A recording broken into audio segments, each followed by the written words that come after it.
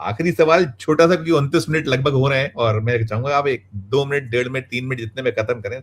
दो चीजें मैं चाहूंगा, तो डॉलर वाला जो मसला है शायद 100 टच कर जाएगा, कुछ ही समय लगेगा। इसको लेकर जो है, इसमें सर बार बार ये कहा गया कि ये जो मिडिल ईस्ट है, और इसको इसको कई जिम्मेदार अब ठहरा रहे हैं, और एक वही है, वो मोदी है जो कहते थे कि डॉलर गिरता है तो फिर इज्जत गिर जाती है, और क्या क्या कहा था जब उस दौर के प्रधानमंत्री जी को। और दूसरा सर जो आपने पूरा कहा, इसमें एक निचोड़ क्या होगा कि गृहिणी जो है, कितना भार उसकी रसोई पर आ चुका है, और आगे क्या आप देख रहे हैं, यहां लाके समझ करूंगा दोनों पे छोटी छोटी टिप्पणी। रुपया, मैंने 12 साल को स्टडी किया पूरा, और मैंने 2013-14 का आंकड़ा उठाया, पहले हर साल का उठाया मैं पूरा रिसर्च करके आता। तो मैंने पाया कि इकोनॉमी का भी एक साइज होता है, और इकोनॉमी के साइज को हम बिलियंस ऑफ डॉलर में नापते हैं। एक यूनिफॉर्म प्लेटफॉर्म होना चाहिए ना। अगर मैं कहूंगा जी मेरी इकोनॉमी इतने लाख करोड़ की रुपए में है और उसकी इतने लाख करोड़ युआन में है, तो कंपेयर नहीं कर पाते ना। पैमाना तो एक ही होना चाहिए ना, या तो मीटर बोलो या लीटर बोलो, जो बोलना है सबको, पैमाना एक ही होना चाहिए नापने का, ताकि उस पैमाने पर हम सबको नाप सके। तो साहब, मैंने ये पाया कि मनमोहन सिंह के टाइम में हर 1000 बिलियन डॉलर की इकोनॉमी के लेवल पर जो हमारी है, हर 1000 बिलियन डॉलर के ऊपर हमारी इकोनॉमी के अंदर 6.6 लाख करोड़ का कैश था। और उस टाइम ये कैश फुल इकोनॉमी थी, कैश फुल, कैशलेस इकोनॉमी नहीं थी। तब तक यूपीआई नहीं आया था साहब। ये पेटीएम और ये बाद में जो चीजें आई है ना, ये सब नोटबंदी के बाद आई हैं, जीपे, फोन पे, जो भी आया है। 6.6 लाख करोड़ का कैश था इंडिया का, हर 1 बिलियन डॉलर में। 2013-14 में इंडिया में 13 लाख करोड़ का कैश था टोटल। ये आरबीआई के फिगर्स है साहब। इसका मतलब है कि 2000 बिलियन डॉलर की इकोनॉमी थी जब मनमोहन सिंह गए हैं। 2 ट्रिलियन डॉलर की इंडिया की इकोनॉमी थी मोटा मोटा, और 13 लाख करोड़ का कैश था। तो हर 1000 बिलियन के ऊपर हमारा 6.6 लाख करोड़ था। यहां से 2016 से एक नई स्टोरी आ जाती है। 2016 तक आते आते मोदी जी ने 3 लाख करोड़ ऐड कर दिया था उसमें। 13 लाख करोड़ से 16 लाख करोड़ पे कैश आ गया था हमारा साहब। मोदी जी कहते हैं कि हम कैशलेस इकोनॉमी बनाएंगे। तो मुझे लगा भी ये 16 लाख करोड़ कम होकर 10 लाख करोड़ हो जाएगा, अच्छी बात है, तो सब कुछ कैशलेस होगा इंडिया में। लेकिन साहब, मोदी जी ने जो कहा उसका उल्टा किया और कैश बढ़ाते चले गए, और कैश बढ़ाते बढ़ाते ऐसा हो गया कि अब हम 43 लाख करोड़ के कैश में हैं। 13 लाख करोड़ से हम 43 लाख करोड़ पे आ गए। अब टोटल अगर देखता हूं, मनमोहन सिंह का 1000 बिलियन डॉलर की इकोनॉमी के ऊपर 6.6 लाख करोड़ का कैश था, और अब 3600 बिलियन डॉलर की हमारी इकोनॉमी है, तो हर 1000 बिलियन डॉलर के अब हमारा 12 लाख करोड़ का कैश है। यानी कि मनमोहन सिंह के टाइम में पर 1000 बिलियन डॉलर की इकोनॉमी में जितना कैश था, अब उससे डबल कैश है सर। तो हमने कैशलेस बनाया या कैशफुल बनाया? यहां से आपको आंसर मिलता है। पहले के जो 8 साल है, वहां पर रुपया डॉलर के मुकाबले 1.33 हर साल, हर 1 लाख करोड़ पे टूट जाता है।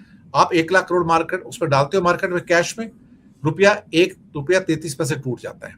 फिर 1 लाख करोड़ डालते हो, 1 रुपया 33 पैसे डॉलर के मुकाबले टूट जाता है। पिछले 4 साल में हमने बहुत सारे पैसे डाल दिए। पिछले साल तो 5 लाख करोड़ डाल दिए कैश हमने, क्योंकि मोदी जी को आरबीआई का डिविडेंड ज्यादा चाहिए। अब आएगा कहां से साहब? तो 5 लाख करोड़ डाल दिए, 3 लाख करोड़ ले लिए उनसे।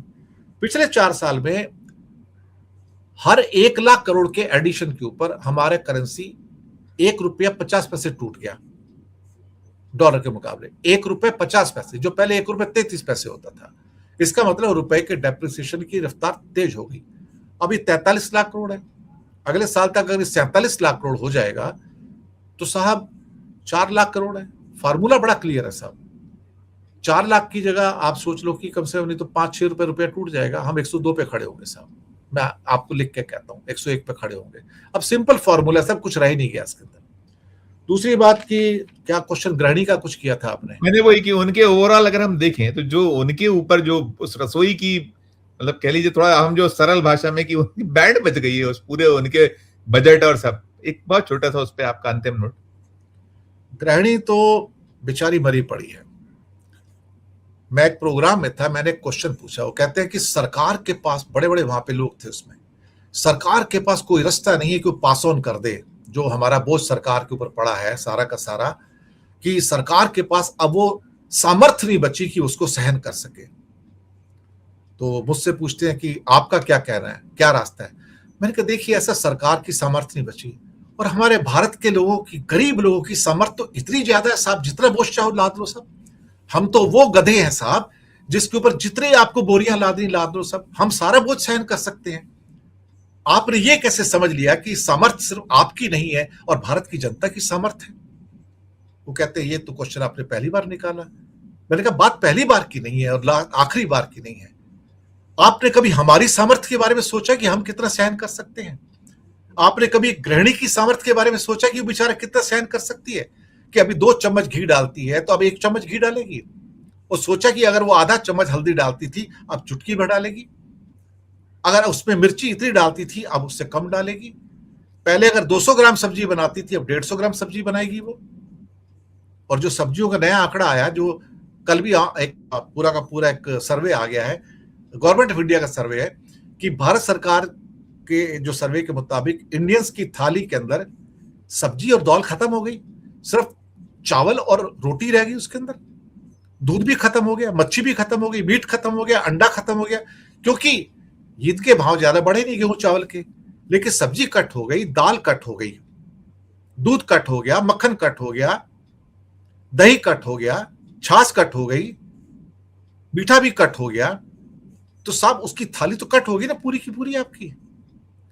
अब ये कट कौन कर रहा है साहब? ये गृहिणी कट कर रही है, क्योंकि गृहिणी के पास इतने पैसे नहीं है कि आपको 200 ग्राम सब्जी खिलाए। उसके पास पैसे नहीं है कि वो 150 ग्राम दाल बनाए, वो 100 ग्राम दाल बना रही है। उसके बाद इतने पैसे नहीं कि अब आपको 2 अंडे खिला सके, वो कहेगी 1 अंडे से काम चला लूंगी मैं। ये गृहिणी की हालत है।